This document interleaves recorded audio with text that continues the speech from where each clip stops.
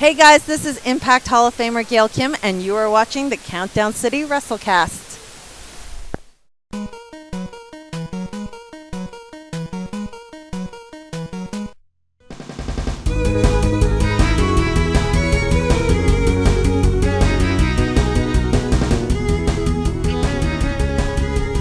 What's up, heels and baby faces? Welcome to another episode of the Countdown City WrestleCast. I'm your host, JC, joined this week by Tommy. Yo. And Mike. What's up? What is up? It's going to be a fun day, episode, whatever, evening. We're recording this in the evening. It's been a long day.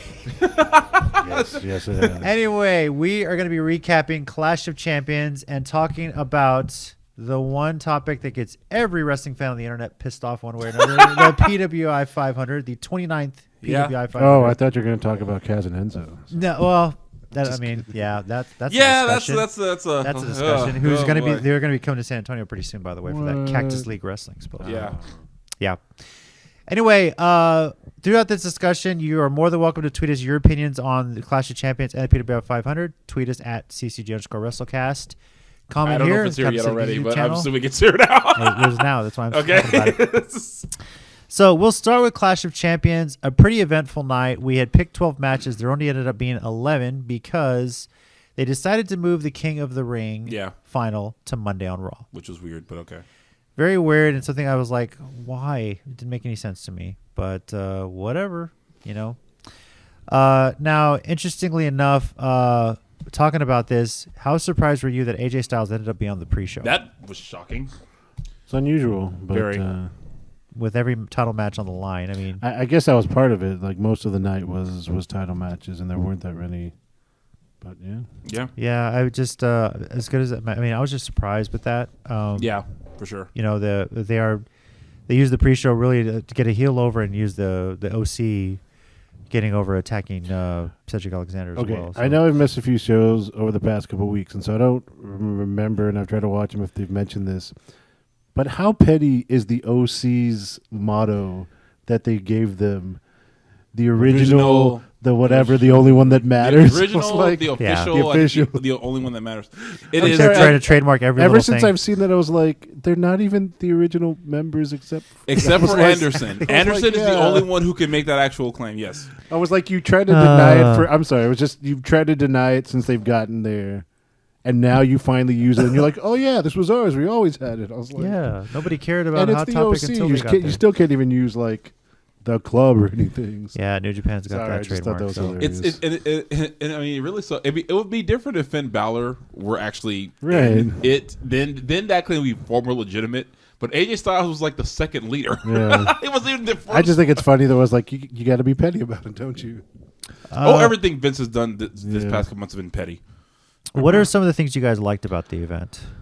I did like Harper's run in. I thought that was pretty cool. Yeah, that was good to see. Which him. one? I'm sorry. Harper. Yeah. Okay.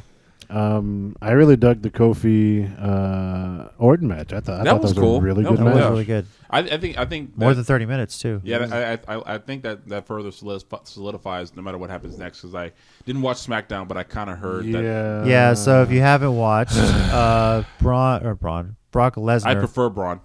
Brock Lesnar has challenged Kofi, who accepted. Braun Lesnar. Braun Lesnar. Braun Lesnar.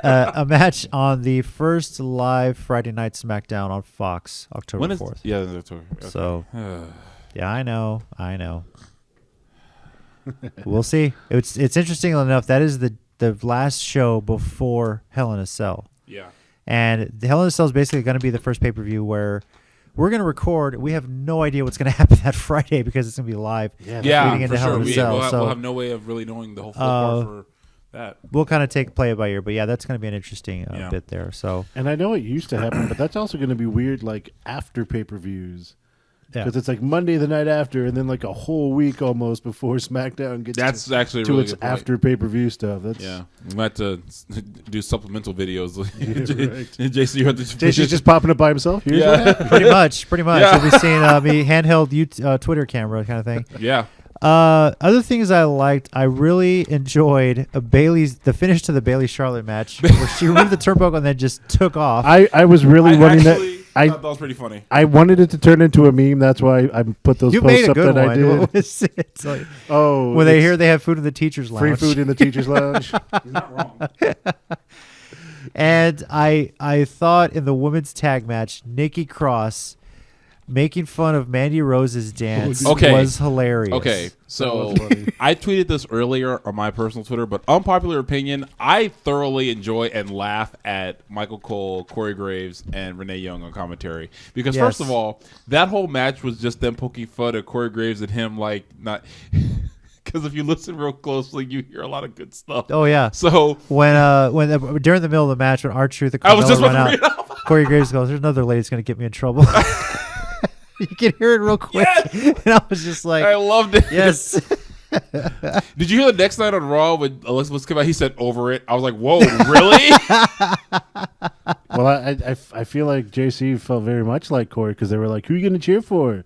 You gonna cheer for I Alexa? just enjoyed the match. It was a great night. You're going to cheer for Mandy Rose?" And I was like, wow, First off, that's Alexa JC. looked great as Harley Quinn. Yeah, that was pretty cool. Really enjoyed that. Yeah, I mean, I guess if that wasn't the fourth time she done was that close to winning the 24/7 title in the middle of defending her tag titles. That would have been a That was so great. I wanted that to happen because I want to see just how the rest of the night played. That was the one time the chaotic booking. I was like, this could have been funny. They need to do that one time. Because if someone would have pinned her during the same match, would they have won the 24/7 championship? Or been one? Or both. She gets tagged out of the tag match. Somebody pulls her down off the apron, pins her for the 24/7, and then she finishes off the tag match and still defends it. That would be funny. But that match, I think, really put Nikki Cross up there. She worked most of it, got the finish as well. I like how they really built her up in that match. That was pretty cool. What do you think of the tag team name Fire and Desire? I like it. I mean, it's fine. It's his tag. I mean, I think either name kind of fits to either one, because I know. She doesn't like guys, but doesn't matter to me. She's still hot. She still has a fire about her when she whistles. Sonya Deville, I was like, I know she plays for the other team, but hey, that team's lucky. Speaking they of got one hell of a player. Speaking of tag team champions, the Revival becoming the first Grand Slam tag team champions as well. Did I pick them? I can't remember who I picked. Let me see. The Revival was myself and Mike. You and I went with a New Day. Oh yeah, that's that right. One wrong. If I remembered that they hadn't won the SmackDown Tag Titles yet, I probably would have went with Revival because I completely forgot they hadn't won those yet. It's a pretty cool accomplishment. It was because like I told you last week, I forgot they were on SmackDown. I thought they were on Raw. So supposedly, just a quick side note that Michael Cole even confirmed that the wild card rule is done once they go to Fox, and they're going to be a lot more separate. Back to being away. But one thing in that Revival match is I really thought that they were going to give it away after they hit the Shatter Machine. And then didn't pin him. And then they didn't pin him. And I was like, oh, here it comes. They're going to sneak a win out, even though they're getting beat up. And they just messed up Woods' knee. Yeah. Really real sadistic about it, too. Yeah, put him over. Yeah, I thought it was pretty cool. Now, our dislikes, I would say the only dislike I had was that the King of the Ring match was not on the pay-per-view. That was a pet peeve. I thought that was weird. I agree. I get that they were revealing Luke Harper as part of Roman and Rowan, the match, but I was like, this was the only match where there was nothing on the line. There was no title on the line, no tournament final, and it was a Clash of Champions. It just didn't make. It felt like that match for the theme of the night was out of place. I felt like it could have. Roman is all of our champion, Jason. It's okay. I'm very happy he's back. I'm glad he's remission from leukemia. But please don't make the mistake of shoving him down people's throats because then you're just going to get people booing him again. And which will be really awkward this time. I feel like you could have done that match on Raw, and it still would have gotten just as big of an impact. It might have even worked a little bit better if he beat Rowan at the event or in a pre-show, and then Monday night. Harper shows up, then they kind of get their heat back. I think it could have started the show. That would probably would have been better, honestly. Yeah, that would have been bad. Oh, and I was just looking at your notes and back to something that I liked. I know we're talking about things you didn't like, but in the Nakamura Miz match with Zayn outside, and Miz grabbed the microphone and just chucked it up to the stage. Yes, and they're like, "Oh, they took away his best weapon." That's hilarious. I love how he had to be in a neck brace from the Tombstone. Because everyone who's taking the Tombstone needed a neck brace 3 days after the fact. He was still selling it on SmackDown today, too. Yeah. Are you? Yeah, he was. He's struggling to yell out Nakamura as well. So, I just wish Nakamura would form another faction. That's actually what I want. The main event, of course, Rollins retains, takes 4 curb stomps, but the Fiend lays him out at the end. That was cool that it took 4 curb stomps. The whole Fiend thing, first off, he attacked Rollins. Then, of course, last night on Raw, he attacked Kane. Demon Kane after Mayor Kane had won and lost the 24/7 title. And then he looked at Rollins like he was the jealous ex-boyfriend. Jeez. Yeah. That's how he looked, dude. I was like, dude, did y'all date? What the heck is going on here? So we'll see how this comes out. Honestly, I think this will be a Hell in a Cell type match. Me too. But coming in, I mean, they've already confirmed Becky and Sasha rematching at Hell in a Cell. So which I expected kind of. I mean, I know we'll talk about it, but like, do you just put the title on the Fiend right off the bat and let him run, or that's hard to know? tell. Such an interesting character that it is. Do you want to get him stuck in a title for right now? Like, I don't know. Well, I still think the setup is to WrestleMania Fiend versus Demon. Well, honestly, I was thinking like even if they do have him with the title, he'll be on Raw, but like still doing like the stuff with Firefly Funhouse, just with the title belt hanging around somewhere. Which, by the way, the ending, I did watch Raw this week, and the ending sequence creeped the crap out of me. I was like, this is going on an uncomfortably long time. It's like, it's like, can we stop this? I was having flashbacks to like as a kid watching Chucky, which actually legitimately terrified me as a child. Like, I'm not even joking about that. That's so awesome. I was like, can we stop this now? I'm having bad flashbacks. Yeah. Please, people. Now, our match of the night winner was Becky versus Sasha, 56% of the votes. Thank you, everybody who voted. They went all over the arena. Yeah, they did. There really was no finish, or actually, Sasha technically did win by DQ, but I liked the ending. It was like, they were just like, duck out of the way, ref, like, take the chair shot. I was like, all right, now let's just fight through the arena. Yeah. The mustard. I don't know if you saw it. I know stuff, as you said, transpired on SmackDown, but after that, like during that match or after it happened where Becky accidentally hits the ref, Kevin Owens tweeted, "Oh, I guess Becky's fired now." Yeah, exactly. That's fantastic. Very much so. That's hilarious. That's fantastic. Always in character. Always. I love that. Some Twitters just make Twitter worth following. Yes. You know? All right. Now, as far as our results, pick results, Tina went 6-6. Finally, she doesn't win a WWE event easily. God. Here's this back and forth on her picks. Tommy went 8-4. I'll take it. I went 9-3 after starting the night 7-0 the way it was going. I was like, man, I got my clean sweep this. And Mike over here, 10-2. All right, that's cool. The true king of WWE. I'm back, baby. On to our WrestleCast ratings, 0 to 5 being WrestleMania 17, 0 being December to Dismember. Tommy, what is your rating for Clash of Champions? I will say, 4.25. Yeah, right. I didn't think it was like really spectacular or nothing like that, but I thought it was a really, really well put together show. So 4.25, and of course, and like Angelo Dawkins, getting to see a lot of Nikki Cross did help a lot. So. Yep. How about that promo with King Booker and the Street Profits? Oh my by the way. First of all, the Street Profits could do their own TV show where they just go around talking about stuff, and I would be down for this show. Yeah. Because the funny part is, it's usually like guys like that. It's not always the case because there's people who prove they can do both. Like they can talk real well, cut good promos. Not that great at the wrestling part. I think the Street Profits are great at the wrestling part too. I just think they're just hugely entertaining when they're cutting promos too. That's why they're still wrestling in NXT, but having promos on Raw. Right? Yeah, sure. As for me, this was a solid B4. Okay. 0.0 out of 5. Nothing too spectacular. Some of the matches were short.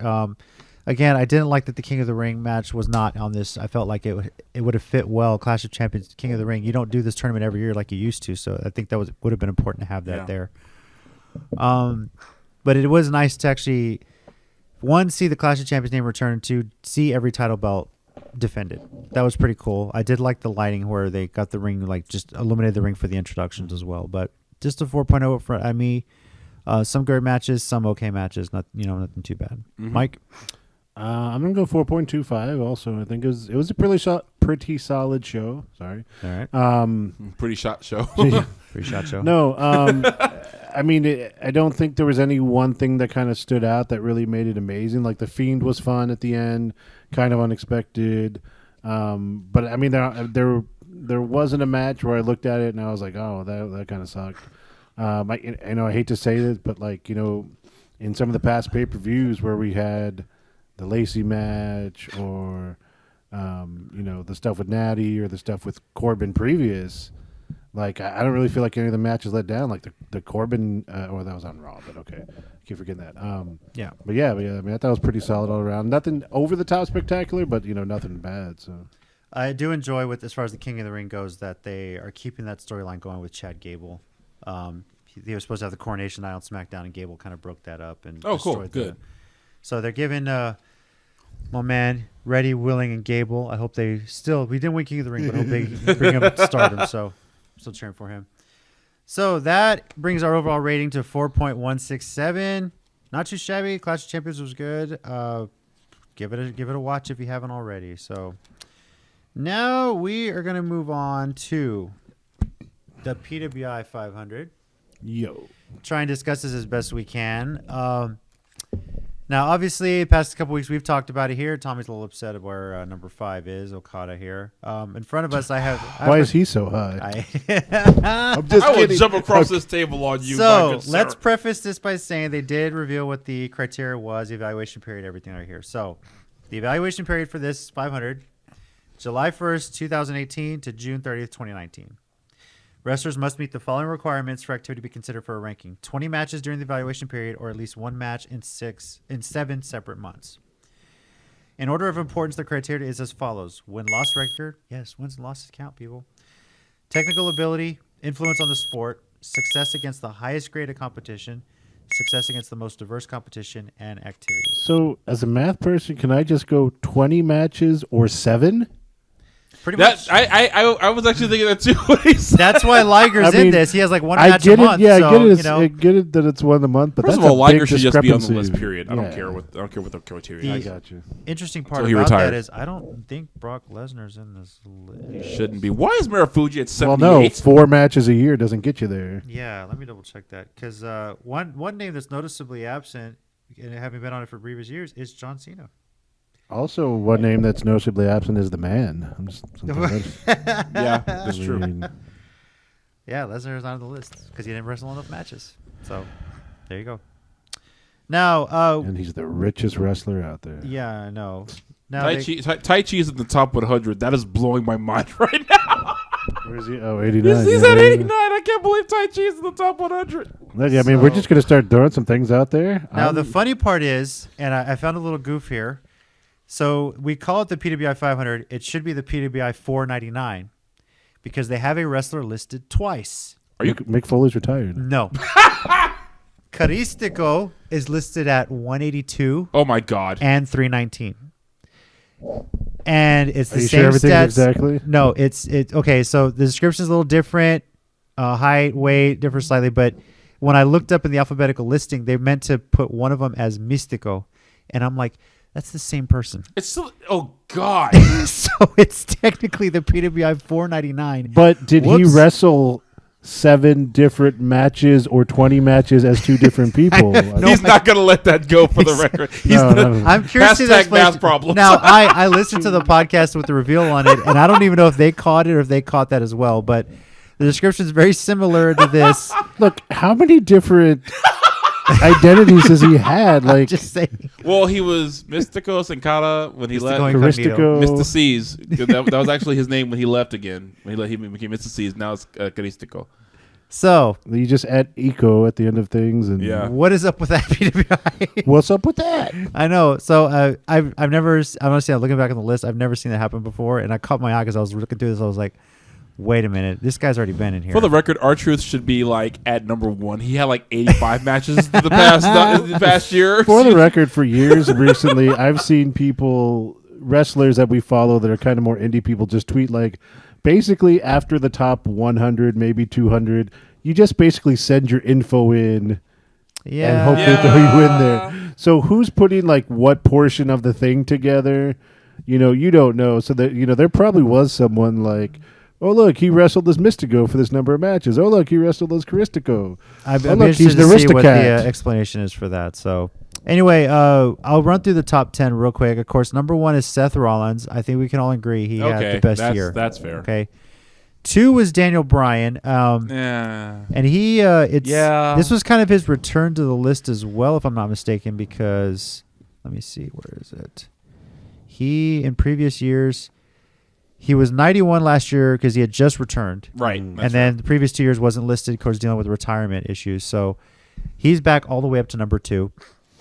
Number 3, AJ Styles. Number 4, Kofi Kingston. The top 4 are WWE. Number 5 is Okada. Are you really thinking Okada should go above AJ or Kofi? Yes. Okay. I'm sorry. We'll get to that. Okay. Number 6 surprised me a bit, but I'm very happy it's there. Johnny Gargano. I was curious about that too, but actually I'm gonna let it slide. Yeah. Number 7, Roman Reigns. Number 8 was Kenny Omega, who was last year's number 1. Number 9, Hiroshi Tanahashi, and number 10, Will Ospreay. So the whole social media bat between Rollins and Ospreay, they're 1 and 10 on this list. I'm not even trying to be a 13. Okay, go ahead. jerk. What? What were the months that Roman was out? I mean, I assume he has the 20 matches even with his time out. But what was he came back? He didn't come back to right before WrestleMania, but he was out in Because he had a match. He was out like September, October. From like November or something, right? But I guess he had tons of matches. Yeah, he had some time because he came back with But he was out for, I mean, I'm not trying to like. I want to say he got back in like February because they had that little run. They did the whole Shield thing. Yeah. February or March. Yeah. When he came back. I think it was like in early February. It was after the Rumble, I believe. Yeah. He came back, and then they did the whole thing with the Shield before Ambrose/Moxley went out. So, but there are things on this list that I am happy about, but I'll get to them. Yeah, me too. Yeah, definitely. So, interesting to note, the representatives in the top of the list are WWE, New Japan, NXT, if you want to count Gargano with that, NXT as well. And Kenny Omega, much of this will be his New Japan run, but there's a little bit of AEW. Yeah. There's no superstar from Ring of Honor or Impact in the top 10. In fact, the highest Ring of Honor, the first time Ring of Honor superstar makes an appearance is Jay Lethal at 16. Yeah. And the highest for Impact is Johnny Impact at 29, even though he's technically not with Impact anymore, at least not in a wrestling capacity. Cage. Oh, 48. Wow. Yeah. That seems a bit low. I mean, behind Ziggler and Suzuki, that's yeah. This past up until this criteria, for me, talking about the criteria, Suzuki did wrestle a lot up until this criteria because he was in like a lot of the tag leagues. I think he was in the G1 during the year they were doing this. Okay, so he's got the. I mean, I don't know. I haven't watched him as much. Would you put him that high? I mean, Rusev is at 49. That dude missed. I feel like he was not there a large portion. I would definitely That's not. Strange. I would not have Rusev. He was there as much high. of the early thing, but what's interesting, the win-loss thing. I mean, obviously, he had him losing a lot on the pay-per-views, right? He had that long run of going back to the year before. Ahead of Pete Dunne, that just doesn't seem right. That was surprising me. I thought Pete Dunne, where was he at? 54. I thought he should have been higher, especially having the run that he did as the UK champion. Yeah. Interesting. So, okay, so what I am happy about is seeing Kento Miyahara and at number 24 and seeing Kaito Kiyomiya at 64 because Kento Miyahara has made himself the new ace of All Japan Pro Wrestling, and he's actually a lot of the reason people are watching it again because he's been working his tail off. Kiyomiya has been doing the same in Noah and bringing it back, because they're all kind of following the formula kind of what New Japan did of having the young boys really step up their game. They're like giving them the chance to step up their game when they meet the challenge. So I'm happy to see, because I don't remember the last time All Japan anybody was ever on this list. It's been years, or Noah for that matter. But I mean, so I'm glad they're that high. Kiyomiya, I think he'll be higher next year. He should be higher next year. I am miffed. Marufuji is at 78. Who the freak put this list together? But anyway, so I mean, God, he should be at least. Did I in the misspell top. his name on that? My bad. Yeah, Marufuji. It's I think. Sorry, but yeah, it's all good. Shout out to Jeff Cobb at 23. That is cool. That is really good. He had a good year, big brother. And then, actually, Tommy, before you got here, I was joking with JC again. So on this list, Cesaro at 74. I expect to see him higher next year because what does he do? Put on great matches and loses. Monday Night Raw had the match with Mysterio. Yep, that was a great match. But that's the problem. The whole win-loss thing counts. You can have great matches. And they talked about this on the podcast. The PWI has a podcast where they did the reveal. They did an interview with Seth Rollins about it too. And they talked about that a lot. It's like, great, you have consistent matches, great matches, but if you keep losing, that kind of brings you down. I get that, but then you don't have it. I mean, you don't necessarily have control over that. Yeah. I know. But hey, this magazine tends to treat wrestling like a sport. I in just some think respect. More like a sport. I'm not saying wrestling's not a sport. It is a sport to me. It's still real to me, Dad. but the idea is like, wins and losses do matter because if you have these good promos, these matches, what's the payoff? I am just with this list with the criteria. I'm sorry. I think Okada should be at 2. Really? Okay. I firmly believe Okada should be at 2. I mean, because if we're counting big matches, wins, losses, everything, he had a lot of good matches, and he lost to Jay White at Wrestle Kingdom, but he beat him back at G1 Supercard, and then won the title and has held on to it since then. Right, but when you look at the evaluation period, how many of those months did he actually have the title? Because didn't he lose it? Did he lose it? He lost it to Omega. And then Omega lost it to Jay White. No. Omega lost it to Tanahashi. Tanahashi lost it to Jay White. That's right. Then Okada got it back. I still think Okada should be number 2. And anyway, I know. I don't even necessarily disagree with you. I just these kind of magazines are always going to slant. Toward the American, toward the WWE. They have in the past, I know, but that one time Okada was number 1, I couldn't believe PWI actually. But that was like one of. He had like one of the best years. Yeah, he that did. was 2 years ago. Right? He was number 3 last year. He was 2 the year before. He was number 1 as well. So he's been consistently in the top 5 over the last 4 years. I'm just biased. Where's I didn't even look Jericho. Is he enough on here? Chris Jericho. Let's see where he ended up. There's an alphabetical listing. Thank you, God, because I don't know if he had enough matches. I was just going to ask. He might not have. Yeah, he may not have. Which that should change next year. You would think so with this coming. Yeah, he's not in here. Okay. That's probably fair. He just had half. Yeah, he didn't have enough matches to wrestle. Unless they count Fozzy concerts, but unfortunately they don't. He's coming to San Antonio, by the way, as part of that. Oh, cool. Yeah. Now where is? Okay, now I'm actually kind of mad. Jordan Devlin is over Marufuji. Now I'm actually kind of mad. Okay, so yeah, this is a real interesting top 100 when you actually start looking at it. Yeah. Shingo Takagi is. Okay, Tommy, I have a question. Sorry, go ahead. 91. It says Zeus. Oh, that's not. Is this? No, not from the movie. Not him. He's an All The Japan. younger kids are like, what? What's he talking about?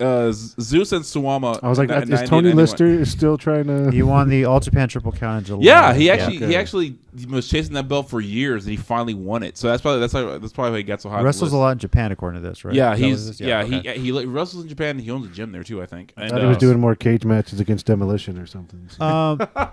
Someone that I think is, I guess, relatively low on this list for me are Tama Tonga and Tonga Loa. They're 94 and 97. I'm gonna throw this out there. They're a better tag team than the Young Bucks, in my opinion.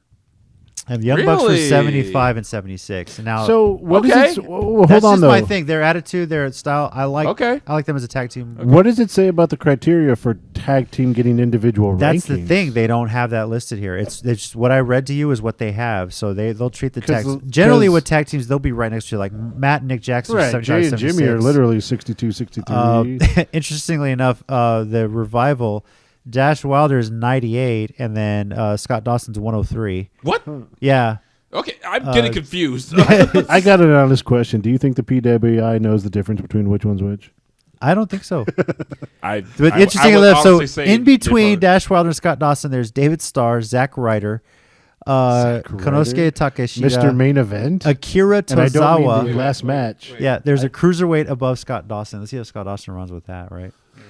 So. No, I was just going to say Zack Ryder, Mr. Main Event. Like, I don't mean the last match. I mean WWE Main Event. And I see Jay Briscoe here. I don't see where Mark Briscoe is, so he's not even near. Let me see where Mark ended up being. Alphabetical list. Now we're getting all into it. Yeah, that's the thing. I got questions, man. Pick up the magazine. The digital versions at PWI. Matt Riddle was totally on purpose, right? Look at Matt Riddle. I know where he is. Where was he? Just look at him. I just saw I see what you did there, PWI. That was totally on purpose. For those of you who don't know, Matt Riddle is at 69. So you could have been like, he's not at 70. Jay Briscoe, 108. I think I just wanted to say that. So Jay Briscoe's at 108, and Mark Briscoe's at 112. Yeah, not too far. It's not too far apart. So you're right. They do kind of keep tag teams pretty close together. Yeah, for the most part. Some other notable names here. I did mention Jordan Miles, where he was at. Samuel Guevara made this list as well. The guy we love to hate. 381. Mike Kanellis at 296. Oh, wow. Yeah, how did he get his that? alphabetical listing right here that I'm looking at. 5 matches. I was wondering, how did he get that? Let's see. Corbin above Owens. Wow. That's bull. I'm sorry. I just. Well, Owens was out for a good while in this evaluation period with an injury, so that's probably why. So for him to be that high, despite that, is really good. I forgot about that. You're I right. expect Adam Page to go up a bit. He's only at 44. Where is it? I saw it earlier. Laredo Kid was in this list as well. He was pretty high up. Laredo Kid. Oh, that's the wrong one. Laredo Kid. Where are you? I'm kind of the opinion. There he is. 199 was Laredo Kid. Oh, that's not bad. That's actually pretty good. Yeah. That is way. I'm kind of the opinion that really. I'm never gonna say this. I'm kind of the opinion that Nick Aldis and Zack Sabre Jr. should both be a little higher.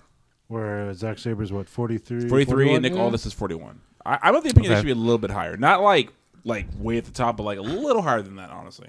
And I expect R-Truth to be a lot higher next year. That's what I was saying. I'm interested to see how this 24/7 thing works out because as it stands right now, his record's pretty 50-50 with this 24/7 title. Hey, but he has wrestled the most. You can't deny he's wrestled the most matches out of anyone this JC, year. We used to joke about this all this time. Was it RVD and Triple H or what was it when he was like, I'm a 12-time champion. You lost the belt 12 times. Or 5 times with Booker T and RVD. Yeah, that's right. I did mention that last week. That's hilarious. All right, so it's an interesting list. There's a little bit of trivia. I have a few. I was trying to find some trivia. You did this last year too. I've only got 2 questions for you guys. I want to see if you guys can pick this up. They're pretty relatively easy, I think. The answer is C. PWI 500 started in 1991, so this is the 29th iteration of it. Yes. There have been 3 superstars that have been number 1 2 or more times. Two more times? They've been number 1 2 or more times on the PWI 500. Who are they? Hogan, Austin. You said 91, right? Oh, okay, 91's when the list first started. So I'll say Austin. Yeah. That's 1. AJ? No. Okay, that was actually what was his name. Is Seth 1? Seth is 1. Okay. Just this was okay. Yeah. So Austin, Seth, not Undertaker, right? No. Okay. Man. Cena. Cena. I don't. Wow. Yeah. How long has it been since I've seen him wrestle? I forgot about Cena. Exactly. Interestingly enough, Austin and Cena were number 1 in back to back. I was Austin and it was number 1 year, number 1 the following year, and then when Cena got number 1, he was number 1 2 years in a row. You're gonna hate me for this joke, but that's why I can remember Cena was never on the cover. Ah, there you go. That's what you did there. Good job. And like I said, this was the first time in a while Cena's not on the list. Good job, see what you did there. Yes. Good job. You didn't see what he did there. That was the funny. So my other question for you guys, a little bit of trivia. There's been 29 PWI 500s as I remember. Who was the one superstar that's been on all 29 lists? Now I want to say Undertaker. No. What's his name that we were just talking about? The Japan guy. Oh, Jushin Thunder Liger. Jushin Thunder Liger. Yes. So this, with his retirement, will be the last Liger year. Dudley. Liger being on 29 straight PWI 500s, unless he decides to keep wrestling just to make it an even 30. Well, his last match will be at WrestleCast. Liger, yes, I know. Once a month, fly to San Antonio. I will lay down for the 3 count. You will get your 7 matches. Once a month, fly to San Antonio, just punch random fans in the face and pin them, because I guarantee you we will line up for that. Yeah, so Liger will finish. I said Liger, not Lance Archer. Oh, funny. Shut up. Leave me alone. Liger finishes his final appearance on the list at 357. So out of respect, he should be number 3. No, I'm kidding. Number 1. It's Liger. That's an impressive run. To have that sort of longevity where you're appearing in this list every year for 29 years is pretty amazing. When they make you to look like a cartoon and then they make cartoons of you, you should be at the top. And then not only that, but you've made alter egos of that cartoon because you want to be vengeful and hate-filled like Kenshin Liger, which, by the way, looks like the storyline they may be going with Suzuki. Suzuki keeps calling out Liger, and he stole his mask, and is saying your last match is gonna. He told him you're not having your last match until I say you're having your last match. So that's what he should have pushed into that. So their last match might be Wrestle Kingdom. I apologize though. There are 2 more people that were number 1 more than once, and I missed that. Oh, there was also Bret Hart and Triple H. So there's really 5 total people that have been number 1 more than once. I'm trying to figure which one surprises me more. Yeah, interesting enough. So okay, yep. So that's the 500. I recommend Obviously, you can probably find the list on any sort of like Reddit listing or something out there. Reddit. Check out the magazine. There's a digital version, or you can order the print version at PWI-online.com. The print one is $6.99 according to the cover price here. Recommend getting a subscription. It's worth it. It's like a 2-year subscription. That's how we're kind of waiting to get this in the mail, so I'm glad it arrived. And the list is really interesting. If you're questioning why so-and-so is where they are, there's a little description with everybody listed there, why they're there. Funny that Cristigo is named twice. It's pretty interesting. So it's the PWI 499 this year.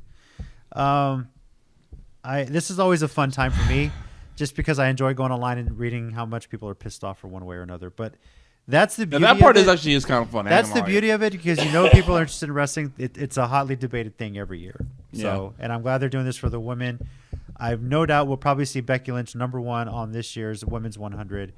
So you have. I will be but shocked. that's if just Rollins not and fair, Becky because side why by is there a side. man on the top of the Women's 100? Oh, speaking of that, have you guys seen the? I think we brought it up before. The latest commercial for 2K20. Yeah. Where Hulk Hogan and Stone Cold. It's pretty cool that there's a woman as the man now. Yeah, brother. No question who the man was in our day. And Sting shows behind him. Yeah, no question. Yeah. And then Bret Hart, Shawn Michaels. I couldn't stop laughing. Speaking of the whole man thing, of course, we all know about the Ric Flair lawsuit. That's so weird. Yeah, he actually appeared on SmackDown tonight. That wasn't awkward at all. Like, okay. Well, that's Becky fine. was all like, "Look, he's always been nice to me and helpful, and it's business." So Yeah. Yeah, I mean, Whatever happens. that's not really like between her and him, though. Yeah. It's between Flair and him trying to pay his tax bill. That's what it is. Okay. Wow, That's really what it's about. Let's be honest with you. If he didn't have a tax bill to fall back on, that'd be it.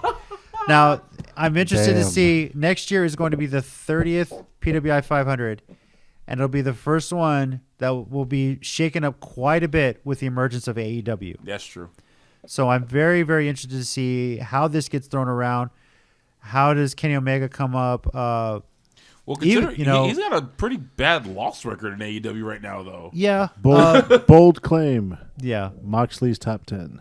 I wouldn't doubt it. I will. He's number actually, 20 this year. know. And I will. can very easily see him there. I'll actually agree with you on that one. I could see that as well. Primarily because of the stuff between that and his New Japan stuff, which he had a very impressive showing in the G1. Yeah, he did.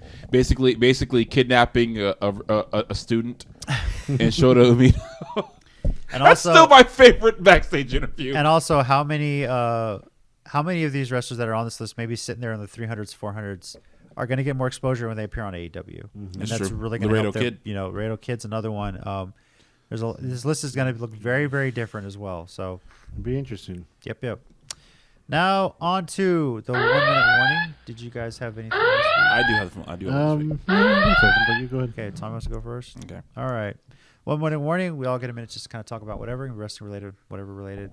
Usually this guy's doing a Japanese thing here. Which is what I'm going to do today. Okay, I so let's not figured. even Let me get my kid stopwatch ourselves. here. Can I get the Pikachu shock meme face going? Just superimpose it over his face. Anyway. Ready? 3, 2, 1, go. Okay, so I mentioned last week that the finals for Pro Wrestling Noah's N1 Victory were going to happen this week, and actually they happened on Monday the 16th. The winner being Keno. So he will face Kaito Kiyomiya, who's number 64 on the PWI, at November 2nd for the GHC Heavyweight Championship, which I'm already going to go ahead and say is going to be a modern classic because these two guys are the two young guns in Pro Wrestling Noah, and they've been the ones who everyone has been watching to see what's going to come next. But what's cool about this show was not only was Jun Akiyama and Keiji Muto, two legendary wrestlers there, the building they were in, the last time they were in that building was in 2016, Noah was, and they only drew 673 people. This year, for this show, they drew over 2,500 people. It was almost 2,600 people in that building for this show. Nice. And a friend of mine actually was there. Shout outs to Danny Akagi, my homeboy. He lives in Japan. He was there for the show. He said the energy in that building was just amazing. It's like the fans were 100% into the show. There was a couple of title changes and some really good matches. He just said it was a great atmosphere, and it felt good to see Noah back to that place where they can have huge crowds and have that energy back again. Because after like Kenta left, after Takeshi Morishima had to retire, and especially after Mitsuharu Misawa passed away, regrettably, a lot of the Noah energy fell off. But now it feels like they're getting that momentum back, and even they're doing a deal with I know I'm well over my minute. Yeah, They're doing even a deal with Impact, and Marufuji, it looks like he'll be facing Michael Elgin at Impact Bound for Glory. Okay. So, yeah. Cool. It's kind of cool in Japan. They're seeing a little bit of competition as well because here it's WWE, AEW. Yeah. Well, see, I think that's one thing why, like, I think Noah and All Japan are taking advantage of, like, just that resurgence of popular Japanese wrestling. That's what they're getting other fans who are like, well, they can't watch New Japan, but hey, we can watch us, and you know, hey, and there's nothing wrong with that. I like that. Yeah. I'm all for more wrestling. So, and also watch Stardom. It's great. All right, Mike, you ready? Yeah. All right, here we go. 3, 2, 1, go. So this is nothing bigger over the top this week, but there's a thing that I've read a lot online about throughout his main run in like WWE and back in WCW, Ricky the Dragon Steamboat never went heel, and they've talked about some people in modern times they thought would go down that road, and they've actually turned them heel in the last couple of years. And I've got to say, at first I agreed. I was like, those people shouldn't be turned heels, but I like them, and that's Sami Zayn and Bayley.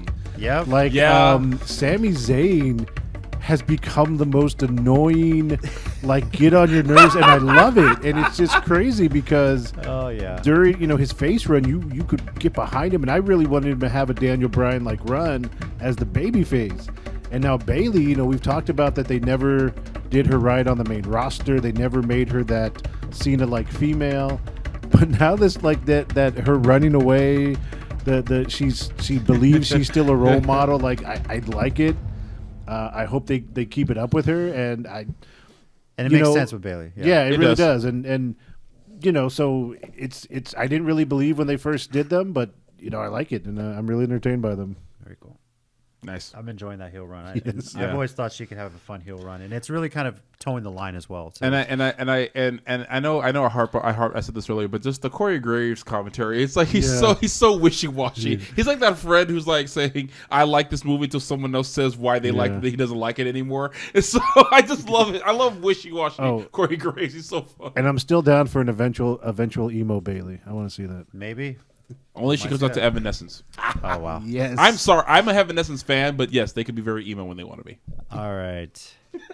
For mine, I'm going to do a couple of things. But first, I want to congratulate number 453 on the list, David Arquette.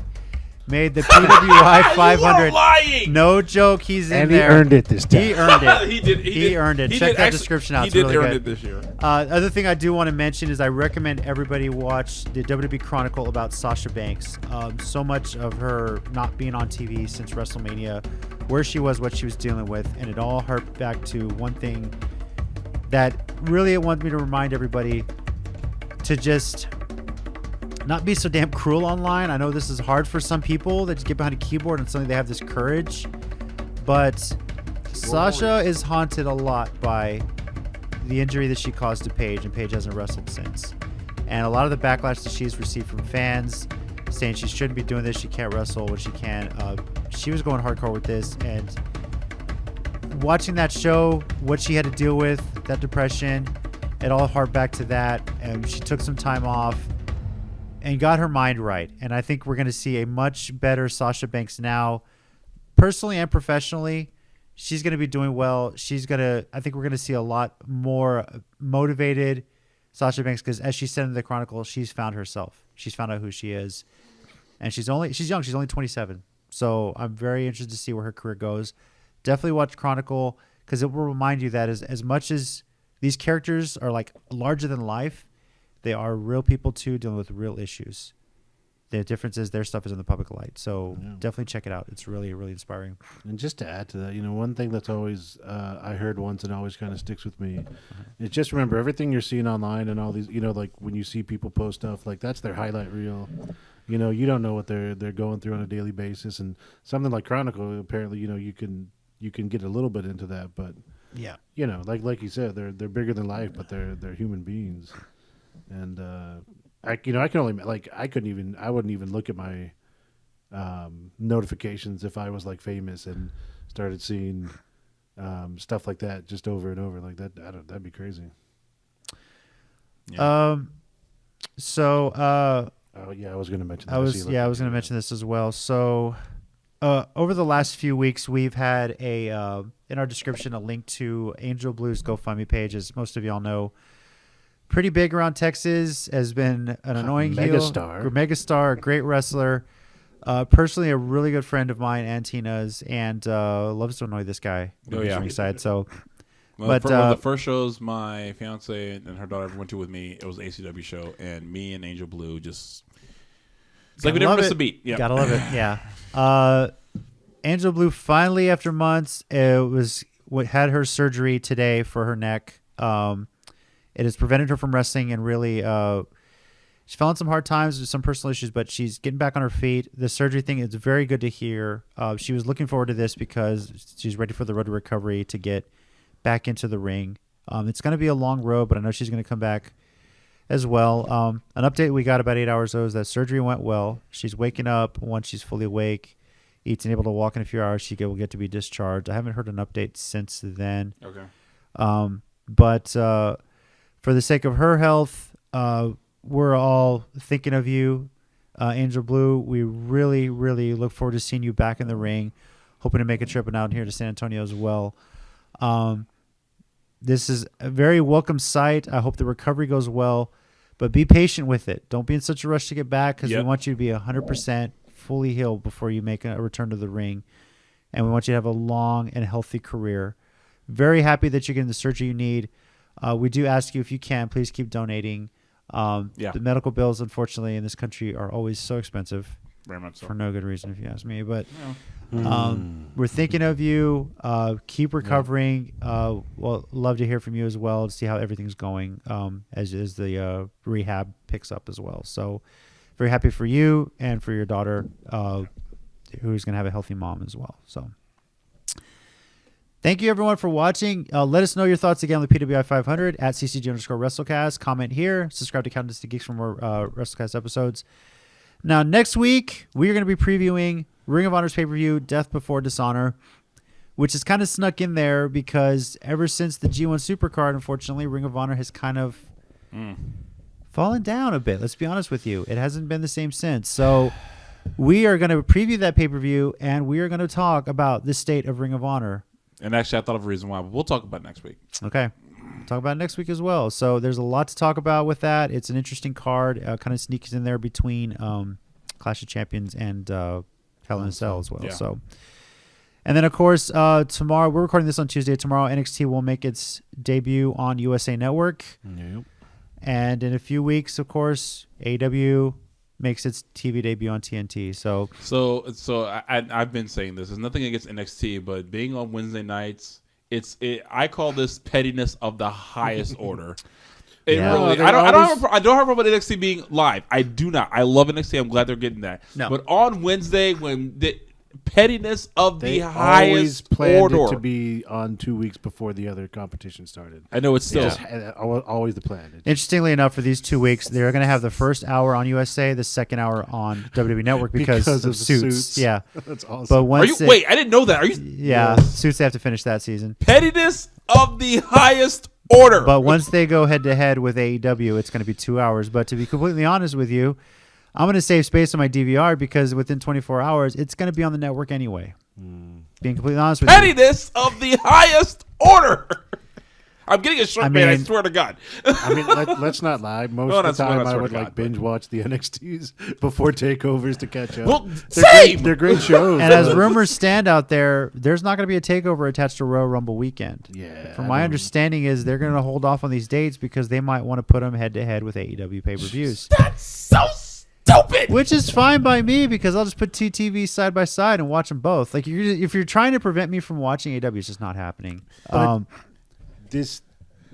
Why would you mess with something that has worked so well just to be petty against someone you don't of the believe highest is competition order? with? I don't mess up NXT to take on a group you don't think is competition. Just fans don't get involved. Be NXT. It's been amazing for years.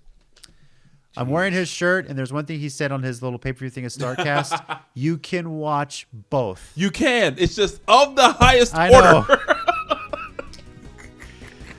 All right, so until next week, Mr. Pettiness of the Highest Order. Here we got Tommy. Later. Here we got Mike. You got to be joking me. And I'm JC. And as always, heels and babyface. Remember, pro wrestling is real. People are fake.